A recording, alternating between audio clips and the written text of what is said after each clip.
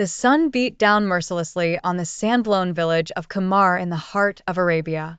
Amid the heat, a young boy named Sami wandered barefoot through the market, his eyes wide not with greed, but with empathy.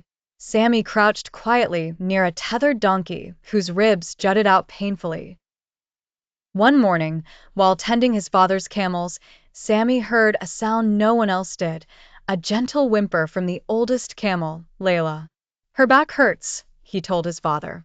Malik shrugged it off, but that evening, the old camel refused to stand. The village vet confirmed a bruised spine. In the village square, some children began to tease him. "Are you the beast whisperer now?" laughed one. Sami stood quiet. He did not argue. Deep in his heart, he knew his gift was not madness, but mercy. "Even if they laugh," he whispered to a bird, "I will speak for you." That night, one of the family's goats did not return. Malik dismissed it, but Sami couldn't sleep. He rose before dawn and followed the dry stream bed. Hours later, he found the goat trapped between rocks, its leg twisted. He freed it and carried it on his back for miles. When he returned, Malik was speechless. "You truly heard it," he whispered. Sami only smiled and repeated a verse he had memorized. "There is not an animal on earth, but they are communities like you." That night, Sami dreamed of a man clad in white robes, surrounded by animals. At the bustling market, a trader beat his donkey for collapsing. Sami darted forward. "Please stop." The Prophet, peace be upon him, said not to beat the beasts of burden. The crowd grew silent. An elder stepped forward. "Let the boy speak. His words are from the Sunnah." A scholar named Sheikh Ibrahim visited Qamar. Intrigued by tales of Sami, he asked to meet him.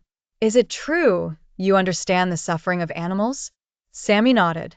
"I feel it here." He placed his hand over his heart. The scholar smiled. "Your compassion is a light." When Malik fell ill, he was too weak to tend the animals. To everyone's surprise, the animals stayed near him. Layla lay by his tent. Birds perched on his windowsill. He looked at Sami.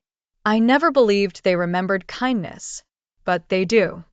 Sami simply said, "They are part of our ummah too." One afternoon, a sandstorm rolled in fast. Sami suddenly remembered the baby camel born days ago, left near the outer dunes. Without hesitation, he ran into the storm. He found the calf trembling, eyes wide with fear. Shielding it with his own body, Sami whispered verses to soothe it. His act spread like wildfire. The boy braved a storm for a camel, they said. Children began offering food to birds. Men built shade structures for donkeys. "If a child can show such mercy," said the village elder, "what excuse have we?" Sheikh Ibrahim held a gathering under the date palms. A wealthy merchant named Farid boasted of a camel race. Sami stood. "They are not built for such speed. They'll collapse." Farid laughed. Sheikh Ibrahim intervened. "And you, do you wish to earn Allah's wrath?" Farid hesitated. During the race, one of his prized camels fell, bleeding. Sami ran to it, bandaging it with cloth. "Why would you help when I mocked you?" Farid asked.